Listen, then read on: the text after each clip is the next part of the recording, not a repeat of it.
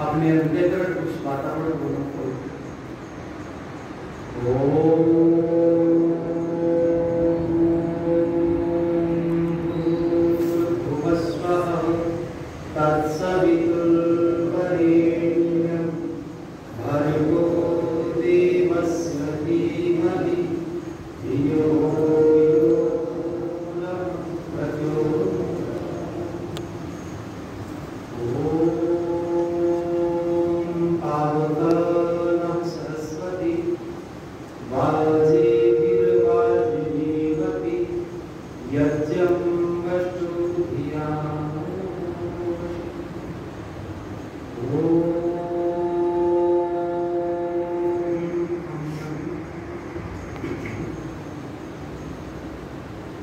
व्याख्यान वेदी पर विराजमान आर्य समाज धर्मवाला के यशस्वी पुरोहित पंडित हमारे मित्र आचार्य विद्यापति शास्त्री जी और इस आर्य समाज के बड़े यशस्वी प्रधान आदरणीय सुधीर गुलाटी जी, मंत्री नवीन भट्ट जी, जिला प्रतिनिधि सभा की प्रधाना माता श्रीलता खट्टर जी, आर्य समाज कोड़ागढ़ के यशस्वी प्रधान श्री ज्ञानचंद गुप्ता जी, समक्ष बैठे हुए आदरणीय बुजुर्गों, पूजनीय वंदनीय मातृशक्ति प्यारे बच्चों,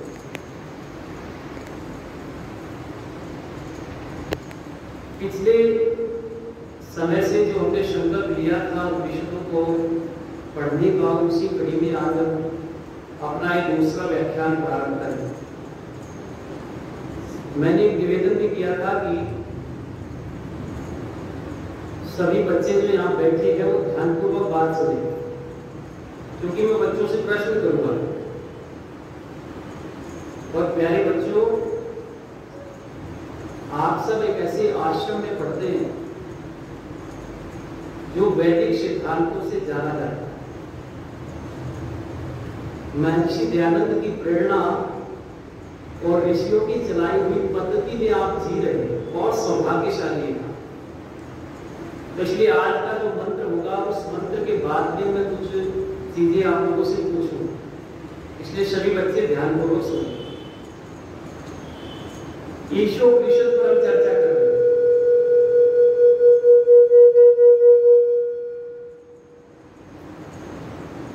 और ये ईशोपनिषद के पहले मंत्र पर हम बात कर रहे थे। तो पहला मंत्र हमने पढ़ा था कि ईशावास्यम इदं सर्वम यत् किंचित जगत्यां जगत् तेन तैतेन पूजिता मा विधे तस्यत् सुद्धम्। इस मंत्र पर हमने बड़ा गहरा विचार किया। उस मंत्र में एक चीज आई थी सज्जनों, और वो है तेन तैतेन पूजिता, मैंने त्याग पूर्वक भोग करो। अब जरा विचार करके देखना, मंत्र कह रहा है, ईश्वर कहते हैं कि त्याग पूर्वक भोगो, लेकिन लोगों ने क्या कहा कि हम त्याग पूर्वक नहीं बल्कि भोग पूर्वक त्याग करें। इसको बदल दें। शास्त्र कहते हैं, वेद कहते हैं कि त्याग पूर्वक भोग करो, लेकिन लोग कहते हैं कि भोग पूर्वक त्याग करेंगे। अब कैसे करते हैं? आपने देखा होगा कि जब वस्त्र, किसी व्यक्ति के वस्त्र पुराने हो जाए तो उसको क्या करता है? दान करता है। वो चाहता है कि मैं दानी भी बन जाऊं। पहले उसका भोग कर लिया, लेकिन भोग करने के बाद में अब दान करना चाहता है। इसको कहते हैं भोग पूर्वक त्याग। कोई व्यक्ति आपके पास में आया, बाहर से आया, उसको भूख लगी, तो भूख आया, भोजन करने बैठे, तो आपके मन में 1% विचार आया कि पहले मैं कर लूं, जो बचेगा बाद में खिला देंगे। इसको कहते हैं भोग पूर्वक त्याग। लेकिन शास्त्र इसका निषेध करते हैं। वो कहते हैं ऐसा नहीं है, आप त्याग पूर्वक भोगो, पहले त्याग करो, पहले दूसरों की फिक्र करो, समाज के लिए जियो। तो आप समझ लीजिए कि इस समाज में ऐसा जीवन जिएंगे जो वेदोक्त होगा, जो शास्त्रोक्त।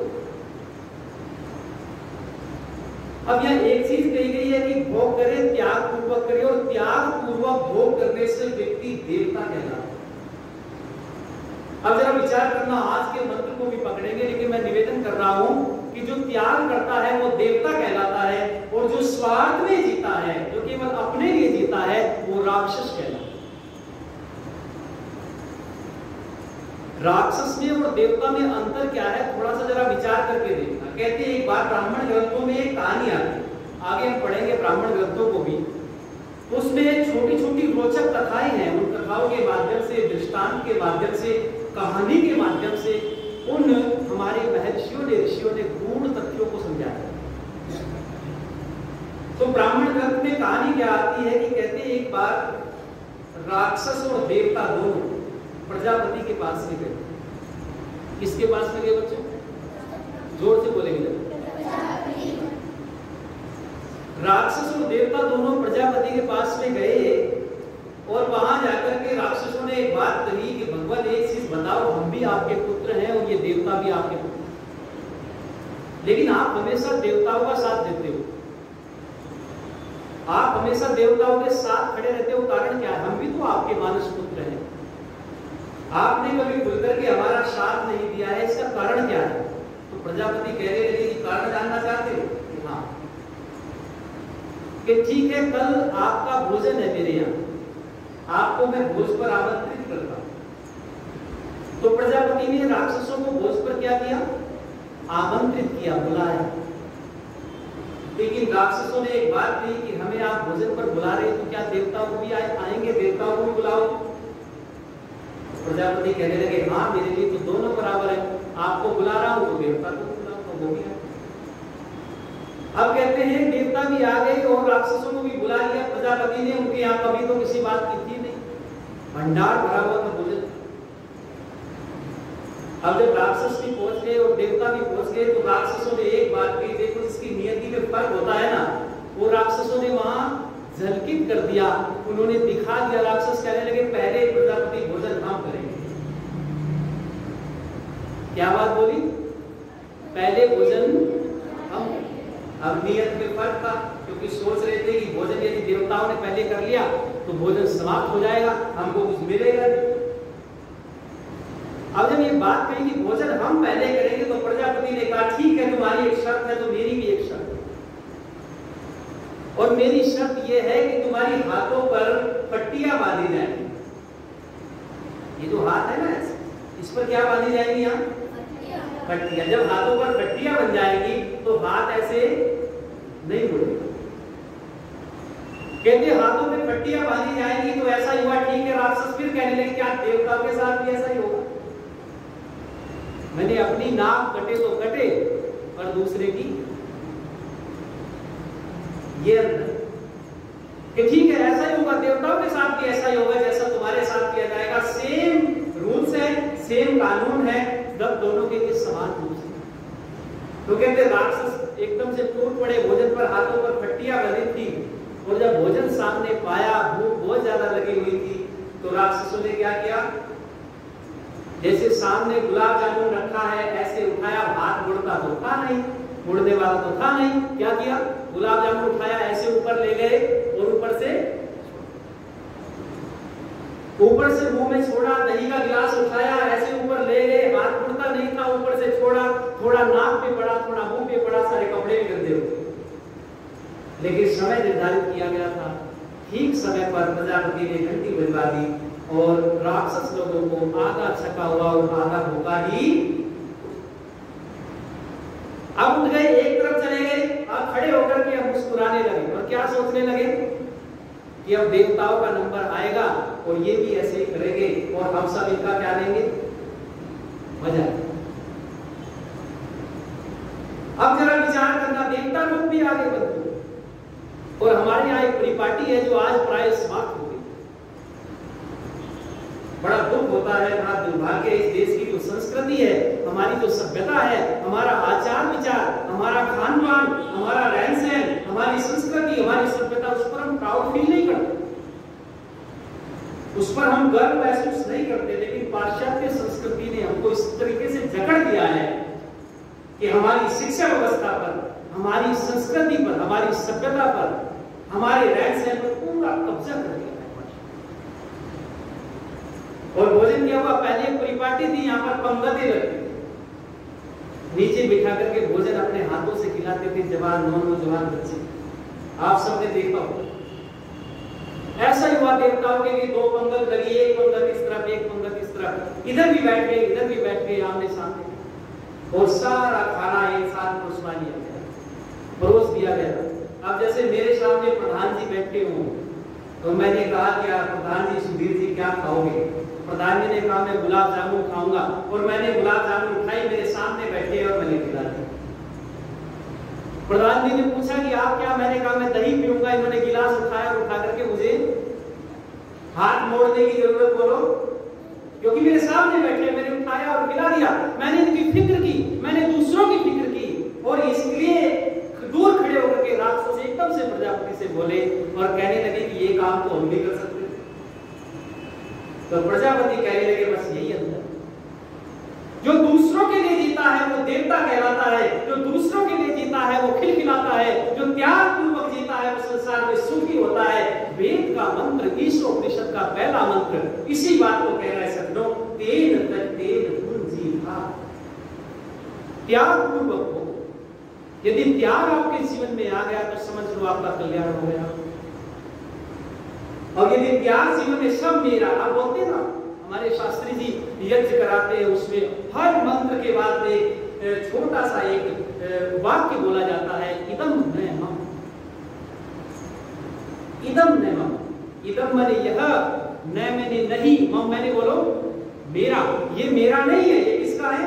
ये ईश्वर का है। और कहा भी ईसा वस्यमिदं सर्वम, ये सब ईश से आच्छादित है, कण कण में परमात्मा है, उसी की व्यवस्था है, उसी ने बनाया है। अच्छा, जो वस्तु जिसकी होती है उसका कानून चलता है या किसी दूसरे का चलेगा?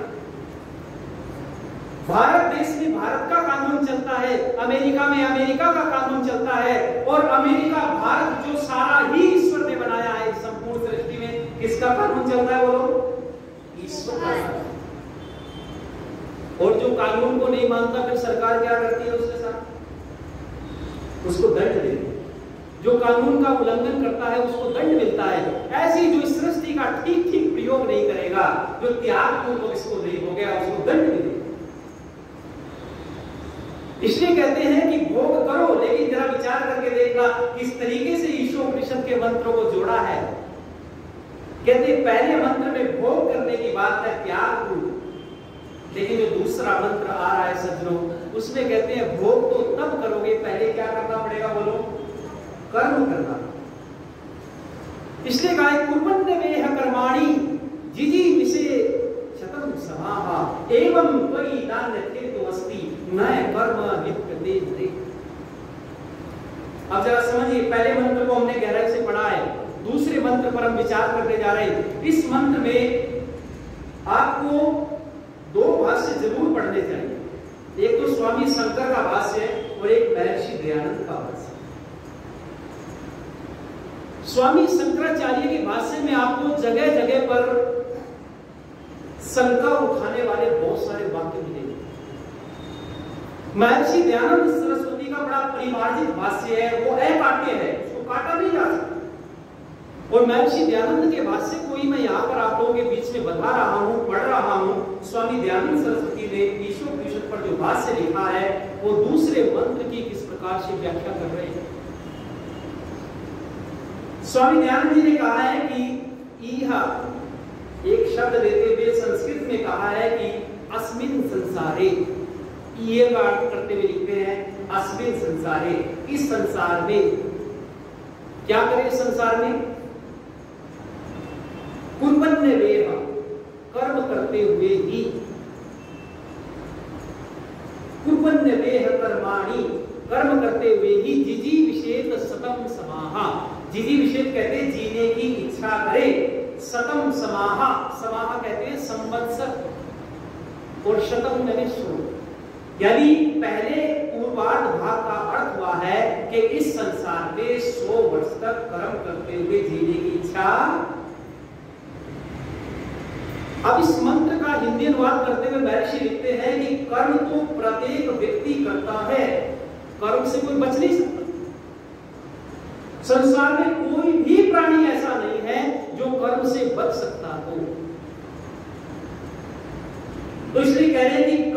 करते हुए 100 वर्ष तक जियो, तो फिर कौन से कर्म, प्रश्न पैदा हुआ कि कौन से कर्म करते हुए 100 वर्ष तक जिए? तो महर्षि दयानंद ने कहा है कि निष्काम कर्मों को करते हुए 100 वर्ष तक जिए। अब देखो यहां निष्काम की परिभाषा क्या दी है? निष्काम किसे कहते हैं? कि संसार में जियो, संसार में कार्य करो, संसार में व्यवहार करो, लेकिन संसार से अलग होकर के करो।